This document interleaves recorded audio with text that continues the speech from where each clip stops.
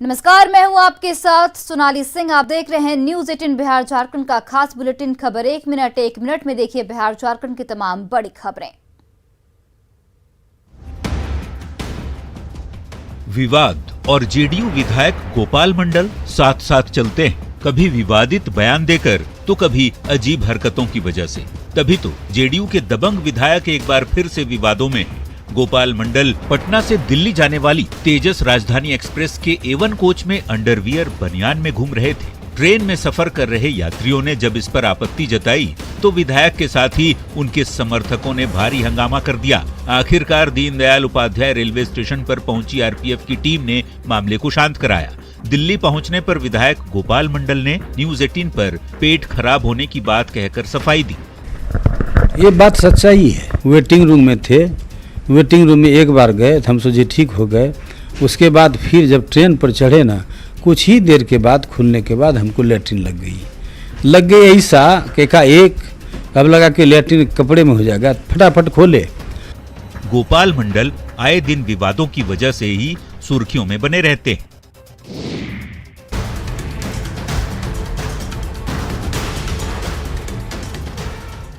किशनगंज के लाइन उर्दू मध्य विद्यालय में उर्दू हिंदी भाषी शिक्षक का विवाद सुलझ गया है। जिला शिक्षा अधिकारी और स्थानीय अभिभावक की मौजूदगी में अंजार अलीम की जगह झरना बाला शाह को ज्वाइन कराया गया। स्थानीय वार्ड आयुक्त ने कहा कि स्कूल की शुरुआत से ही मुस्लिम शिक्षक की नियुक्ति हो रही थी। इसे लेकर कुछ लोगों ने निहित स्वार्थवश इस मुद्दे को विवाद का रूप दे दिया था, लेकिन ऐसी कोई बात नहीं है।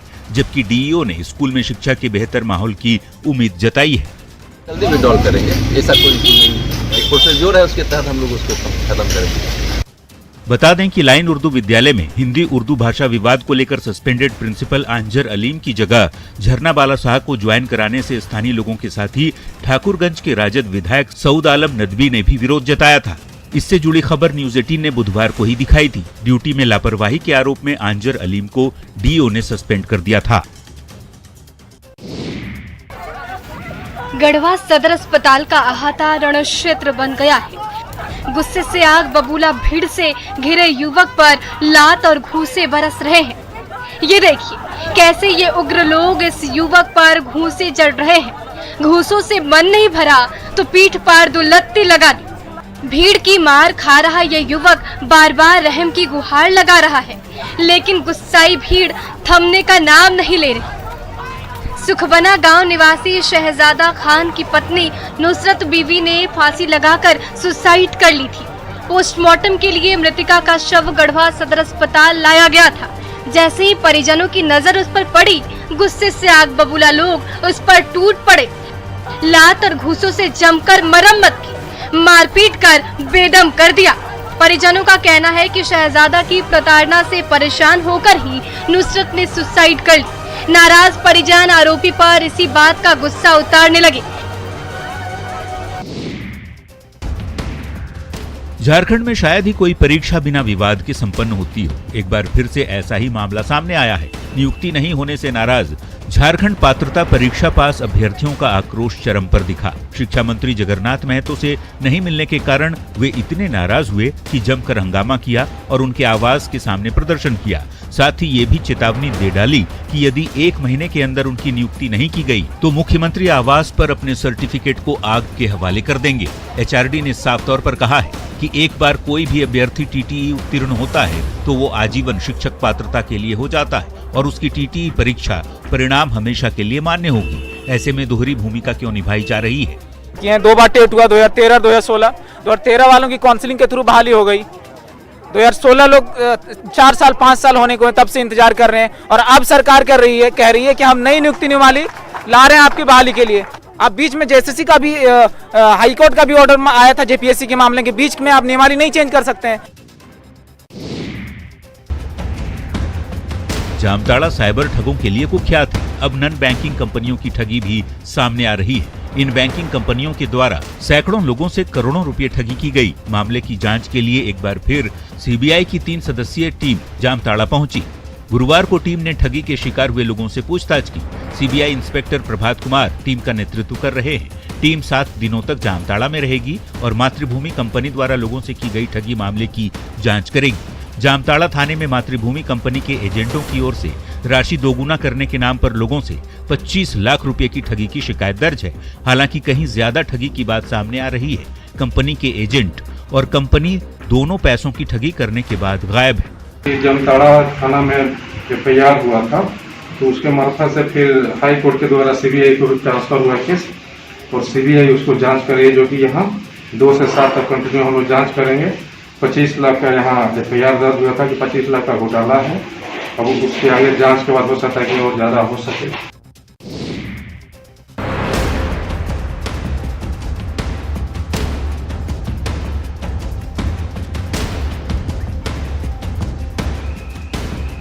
अगस्त का महीना अंत आते आते गंगा शांत हो गई, लेकिन सितंबर की शुरुआत के साथ ही सितम फिर से शुरू हो गया। गंगा एक बार फिर से उफान पर है। राजधानी पटना में गंगा किनारे सब कुछ सामान्य होने लगा था, लेकिन कुछ दिनों की शांति के बाद गंगा एक बार फिर से उफान पर है। लगातार हो रही बारिश के बाद गंगा के जलस्तर में बढ़ोतरी देखी जा रही है। गंगा की धार भी पहले की तुलना में तेज हो चुकी है। राजधानी के सभी घाटों पर गंगा के जलस्तर में बढ़ोतरी हुई है। गुरुवार की शाम गांधी घाट पर गंगा खतरे के निशान से 10 से 11 सेंटीमीटर ऊपर बह रही थी। जलस्तर बढ़ने के बाद जिला प्रशासन ने लोगों को गंगा नदी में स्नान करने से मना कर दिया है। साथ ही कई घाटों पर सुरक्षा कर्मियों को लगा दिया गया है। नाव परिचालन को लेकर पहले से ही रोक जारी है। बढ़ते जलस्तर के बाद एक बार फिर से दियारा के इलाके में मुश्किलें बढ़ सकती हैं। साहिबगंज में गंगा नदी का कहर जारी है। लगातार बारिश के बाद गंगा नदी का जलस्तर बढ़ गया था, जिसके बाद उधवा प्रखंड के प्राणपुर पंचायत में कटाव शुरू हो गया। अब हाल ये है कि पंचायत के 5 टोले के लोग अपने हाथों से खुद ही अपना आशियाना तोड़ने को मजबूर है। गंगा नदी के कटाव से जीतनगर गांव गंगा नदी के गर्भ में समा गया, तो वहीं 2 स्कूल भी नदी में विलीन हो गए। अब पूर्वी प्राणपुर के रज्जाक टोला, शेख मोहम्मद टोला, कोबाद टोला, एजुल टोला और गणेश टोला के साथ श्रीधर पंचायत के मनारूल टोला पर भी कटाव का खतरा उत्पन्न हो गया है।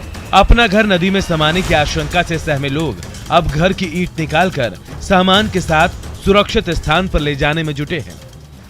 अंदाजा आप लोग को लग जाता है कि नदी में समा जाएगा। हाँ, रात में गिर जाएगा। हाँ, आज रात में। हाँ, रात में गिर जाएगा। आ गया आज बहुत दूर था। हाँ। पूरा आ गया। इन टोलों के करीब 250 घरों पर कटाव का खतरा मंडरा रहा है।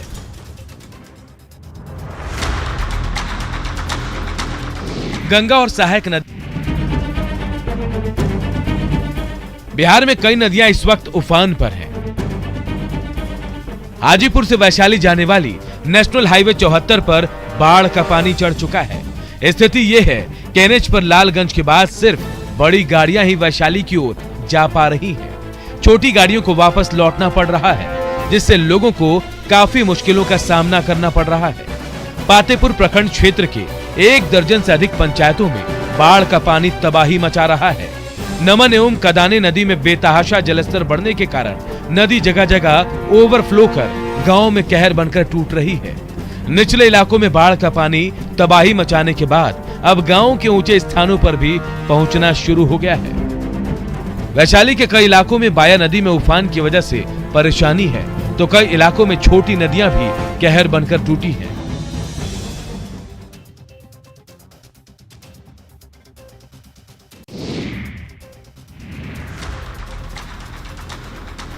पिछले कुछ दिनों से लगातार बारिश से समस्तीपुर के आसपास से गुजरने वाली कमला, कोसी और जीवछ नदियों में उफान शुरू हो गया। नदियों का जलस्तर बढ़ने से एक बार फिर बाढ़ का संकट गहराने लगा है। बीते 3 माह से नदियों के जलस्तर में उतार चढ़ाव का सिलसिला जारी है, जिससे बाढ़ प्रभावित इलाकों के लोग कई तरह की परेशानी झेल रहे हैं। समस्तीपुर से गुजरने वाली सभी नदियां एक बार फिर से उफान पर हैं। मोड़वा प्रखंड से होकर गुजरने वाली नून नदी भी इन दिनों कहर बरपा रही है। हालात ये हैं कि आसपास का इलाका पानी में डूब गया है, लोगों के घरों में पानी घुस गया है। ऐसे में जिंदगी बचाने के लिए लोग बचा खुचा सामान समेटकर नाव की मदद से ऊंचे ठिकाने पर पलायन कर रहे हैं। जून के महीने से रुक रुक कर हो रही बारिश से नदियों के जलस्तर में बढ़ोतरी हो रही है। हालांकि जल्द ही इससे राहत मिलने की उम्मीद है। बिहार में बाढ़ का कहर जारी है। राज्य के कई जिलों में बाढ़ की वजह से लाखों लोगों का जनजीवन प्रभावित हुआ है। आलम यह है कि गंगा, गंडक और कोसी जैसी नदियों में एक बार फिर से जलस्तर बढ़ रहा है, जिसकी वजह से पानी दर्जनों गांवों में प्रवेश कर चुका है और लोग सुरक्षित स्थान पर जाकर जीवन यापन को मजबूर हैं। इस बीच खबर है कि भारतीय रेलवे ने बिहार के समस्तीपुर दरभंगा रेलखंड पर संचालित कई ट्रेनों के परिचालन में बदलाव किया है। थलवारा स्टेशन के बीच स्थित रेल पुल संख्या 16 के निकट ट्रैक और स्टेशन पर बाढ़ का पानी आ चुका है। थलवारा हायाघाट रेलखंड पर ट्रेनों का परिचालन रद्द कर दिया गया है। 15 ट्रेनों का परिचालन रद्द किया गया है, जबकि 10 ट्रेनों को मुजफ्फरपुर और समस्तीपुर शिफ्ट कर दिया गया है। हायाघाट के पास मुंडा पुल के गाटा पर बाढ़ का पानी आ गया, जिसके बाद एहतियातन समस्तीपुर रेल मंडल के आदेश से अगले आदेश तक ट्रेनों का परिचालन परिवर्तित किया गया है, जिससे यात्रियों की परेशानी बढ़ गई है।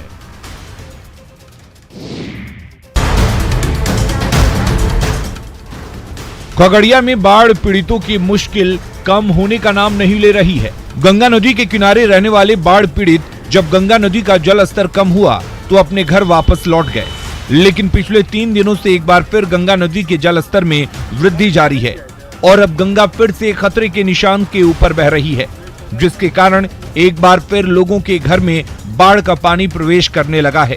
परेशानी गंगा से ही नहीं, कोसी नदी पहले से खतरे के निशान के ऊपर बह रही है। अब एक बार फिर बागमती नदी भी खतरे के निशान को पार कर चुकी है, जिससे जिले के अलौली, चौथम, मानसी के साथ साथ खगड़िया सदर के कई गांव भी बाढ़ से प्रभावित हैं। लोगों को आवागमन से लेकर खाने पीने तक में परेशानी आ रही है। कई इलाके के लोगों को नाव नहीं रहने की वजह से पानी से होकर ही आना जाना पड़ रहा है।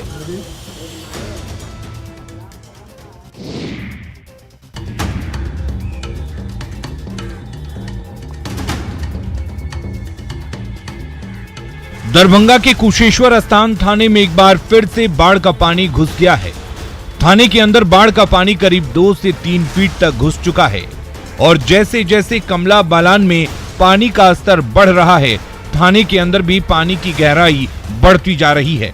आलम यह है कि थानेदार की कुर्सी भी पानी में तैरती नजर आ रही है। बाढ़ का पानी थानाध्यक्ष के चैम्बर से लेकर वायरलेस सेंटर वाले कमरों सहित पूरे थाने में फैल गया है। बता दें कि 4 महीने से लगभग पूरा इलाका बाढ़ से परेशान है। थाने के अंदर सांप, कीड़ा के साथ मच्छरों का प्रकोप बढ़ जाने से पुलिसकर्मी डरे हुए हैं। ये साल में दूसरी बार है जब थाने में पानी जमा है। इससे पहले भी पानी की वजह से जवानों की परेशानी बढ़ती रही है और ये स्थिति सिर्फ इस साल नहीं है। हर साल बारिश के मौसम में थाने में जल जमाव आम बात है। बिहार के मुंगेर में चंडिका स्थान शक्तिपीठ है, जिसकी ख्याति पूरे देश में है। लोग हर समय यहां दर्शन और पूजन करने आते हैं। गुरुवार को गंगा का जल स्तर चंडिका मैया के द्वार तक पहुंच गया। मां के गर्भगृह में भी पानी पहुंच गया है। ऐसा लग रहा है कि मां के चरणों को खुद गंगा मैया पखार रही हूं। इस अद्भुत नजारा को देखने के लिए काफी संख्या में लोग पहुंच रहे हैं। कष्ट हरणी घाट मंदिर, लाल दरवाजा, बबुआ घाट व सोजी घाट आदि कई सीढ़ियों तक गंगा पहुंच गई है। गंगा का जल स्तर बढ़ने से मां चंडिका स्थान में फिर से पानी प्रवेश कर गया है। ऐसे में मां चंडिका का दर्शन करने पहुंच रहे श्रद्धालु अंदर नहीं आ पा रहे हैं। गेट के पास से ही श्रद्धालु पूजा अर्चना कर लौट रहे हैं। दरअसल 5 दिन पहले ही गंगा का पानी कम हुआ था, जिसके बाद साफ सफाई की गई थी। एक बार फिर पानी बढ़ जाने से दर्शन के लिए लोगों को इंतजार करना पड़ेगा। दिल्ली में भारी बारिश मुसीबतों का सबब बन गई। तस्वीरें बता रही हैं कि दिल्ली कैसे लगातार बारिश से बेहाल हो गई। सड़कें दरिया बन गई। धौला कुआं, ITO, सुनहरी बाग, नारायणा और मुनिरिका जैसे इलाकों में काफी जलभराव हो गया। बारिश के पानी में कई लोगों की गाड़ियां फंस गई। ये दिल्ली के लुटियंस जोन का मंजर है। शास्त्री भवन इलाके में पानी भरा तो सड़कों पर लंबा जाम लग गया और दफ्तर जाने वालों को काफी परेशानी का सामना करना पड़ा। ITO के पास बारिश का पानी इतना भर गया कि एक कार उसमें फंस गई। कल तक जिस जगह पर बच्चे खेलते थे या लोग चलते थे, वहां बच्चे तैरते नजर आए। उधर धौला कुआं इलाके में भी सड़क पर पानी भरने से एक कार उसमें फंस गई तो लोगों को धक्का मारकर उसे वहां से हटाना पड़ा। जनपद इलाके में तो भारी बारिश की वजह से एक पेड़ एक कार के ऊपर गिर गया, जिससे उसे काफी नुकसान पहुंचा।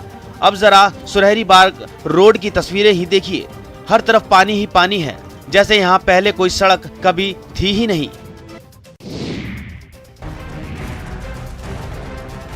अपराधी नई नई तरकीब से अपराध करते हैं। गया के सिविल लाइंस और विष्णुपत थाने से जो मामला आया है वो कान खड़े करने वाला है। सीसीटीवी कैमरे में कैद इन तस्वीरों को जरा गौर से देखिए। ठगी का ये शातिराना अंदाज आपको हैरान कर देगा। जालसाजों ने जाल बिछाया जिसमें गया के चिकित्सक डॉक्टर रीता वर्मा उलझ गई। दरअसल डॉक्टर साहिबा अपने क्लिनिक के लिए निकली थी, तभी बीच रास्ते में ठगों की बातों में आकर गाड़ी की जांच करने लगी। सोची समझी चाल सफल हुई, तभी एक अपराधी पहुंचा और पिछली सीट से नोटों से लबालब बैग उठाकर चलते बना। सीसीटीवी में साफ दिख रहा है कि कैसे आराम से उसी सड़क पर चहलकदमी करता वो फरार हो गया। बाईपास चौमुहानी के किनारे चमचमाती कार खड़ी है। पिछले सीट का गेट खोलकर डॉक्टर रीता वर्मा उतरती हैं, तो ड्राइवर बोनट खोलकर लीकेज की जांच कर रहा होता है। गया की यह घटना लोगों के लिए सबक है। कई बार जवान अपनी करतूतों से बिहार पुलिस को शर्मसार करते हैं। जरा ये वीडियो देखिए। गाड़ी की रफ्तार कम होती है, केबिन में बैठा ड्राइवर सड़क पर खड़े पुलिस वाले के हाथ में रुपये थमाता है। इसके बाद गाड़ी अपनी रफ्तार पकड़ लेती है। इसी तरह दूसरी गाड़ी का ड्राइवर भी चढ़ावा चढ़ाने के बाद सड़क पर अपनी गाड़ी सरपट भगा ले जाता है, और ये सब जांच के नाम पर होता है। अब ये वीडियो सोशल मीडिया पर तेजी से वायरल हो रहा है, जिसमें पुलिसकर्मी ट्रक चालकों से अवैध तरीके से रुपये वसूलते नजर आ रहे हैं। न्यूज़ 18 इस वायरल वीडियो की पुष्टि नहीं करता, मगर वीडियो में स्पष्ट देखा जा सकता है कि दो पुलिस वाले ट्रक चालकों से कागज जांच के नाम पर रुपये वसूल रहे हैं। कुछ ट्रक चालकों के कागज दिखाए जाने के बाद उसे आगे जाने के लिए छोड़ दिया जाता है। ये वायरल वीडियो रजौली समेकित जांच चौकी का बताया जा रहा है। इससे पहले भी ऐसा ही वीडियो सामने आ चुका है। देवघर पुलिस को साइबर अपराधियों के खिलाफ अब तक की सबसे बड़ी सफलता मिली है। देवघर के 5 थाना क्षेत्र में एक साथ छापेमारी कर देवघर पुलिस ने 22 साइबर अपराधियों को गिरफ्तार किया है। देवघर मुख्यालय डीएसपी ने इसे पुलिस की सबसे बड़ी कार्रवाई और सबसे बड़ी सफलता बताया। 22 गिरफ्तार साइबर अपराधियों के पास से 27 मोबाइल फोन, 97 सिम कार्ड जब्त किए गए। वहीं 5 एटीएम कार्ड, 5 पासबुक, 4 चेकबुक और एक बाइक के साथ 7,000 रुपये नकद भी जब्त किए गए। गिरफ्तार साइबर अपराधियों में से 3 अपराधियों का पुराना आपराधिक रिकॉर्ड भी रहा है।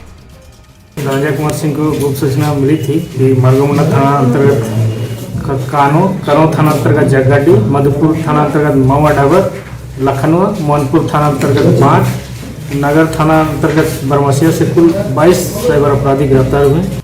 2 दिन पहले दिल्ली पुलिस की साइबर सेल ने जामताड़ा, देवघर और गिरिडीह से 14 साइबर अपराधियों को गिरफ्तार किया था।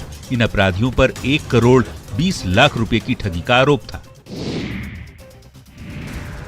दुमका में युवा वर्ग तेजी से नशे की गिरफ्त में आते जा रहे हैं।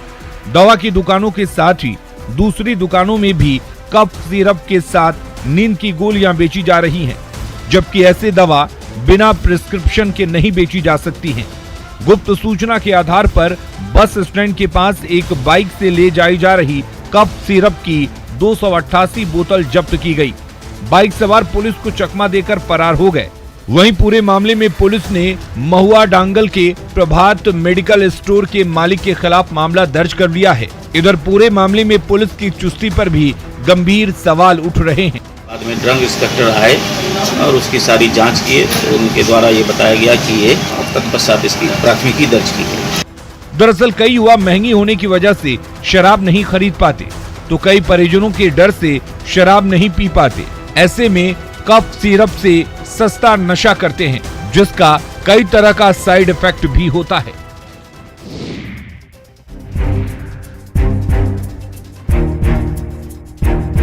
कोरोना की लड़ाई में वैक्सीनेशन अहम है। लोगों को इसके लिए जागरूक किया जा रहा है, लेकिन कई जगह स्वास्थ्य कर्मियों की लापरवाही भी सामने आ रही है। दुमका में एक महिला को कोरोना की डबल डोज वैक्सीन देने का मामला सामने आया है। रामगढ़ प्रखंड के विकास भवन में लगे वैक्सीनेशन कैंप की एक घटना है, जहां छोटी रणबहियार पंचायत के आलूबाड़ा गांव की महिला तारा मुनि देवी को डबल डोज दिया गया। पहली सुई लगने के बाद महिला कुर्सी पर बैठकर आंखें झपकाने लगी। तब तक वहां तैनात एएनएम ने बिना उससे पूछे उसे दूसरा डोज लगा दिया। एक वैक्सीन लिया, फिर दोबारा वैक्सीन 1 मिनट के बाद तुरंत दे दिया। मैंने एक के साथ 2 वैक्सीन दे दिया? हाँ, एक के साथ दे दिया, जिसके कारण ये सीरियस होकर हॉस्पिटल में है। हॉस्पिटल में 2 डोज लगने के बाद महिला बेहोश हो गई, जिसके बाद उसे एम्बुलेंस की सहायता से सीएचसी में भर्ती कराया गया।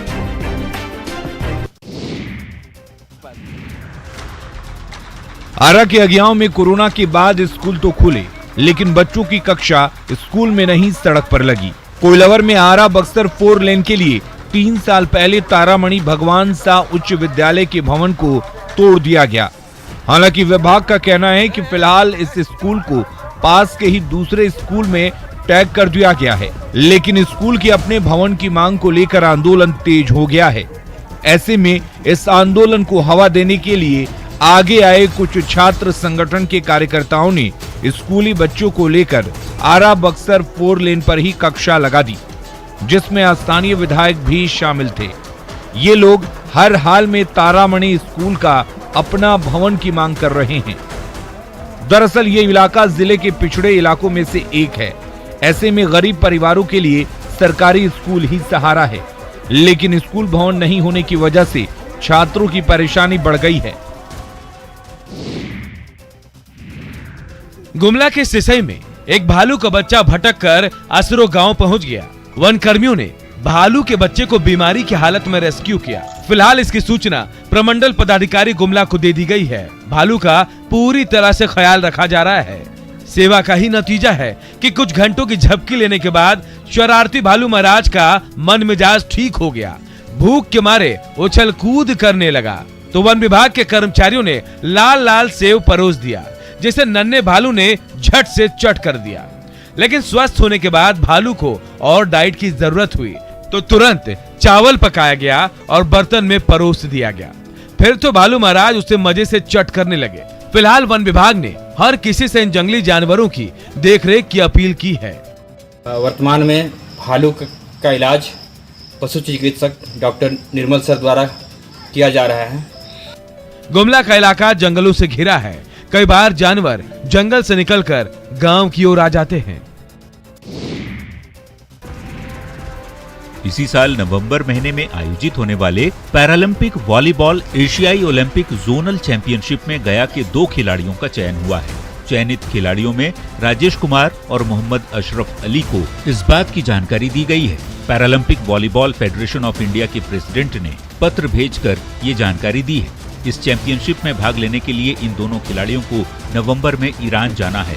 यदि दोनों खिलाड़ी चैंपियनशिप में क्वालिफाई कर जाते हैं तो साल 2024 में पेरिस में होने वाले वर्ल्ड चैंपियनशिप के लिए भारत की ओर से इन्हें खेलने का मौका मिलेगा। इन दोनों खिलाड़ियों को ईरान जाने के लिए 1.5 लाख रुपए खर्च हो रहे हैं, लेकिन इनके पास इतने पैसे नहीं हैं जिससे वो खेलने के लिए ईरान जा सके।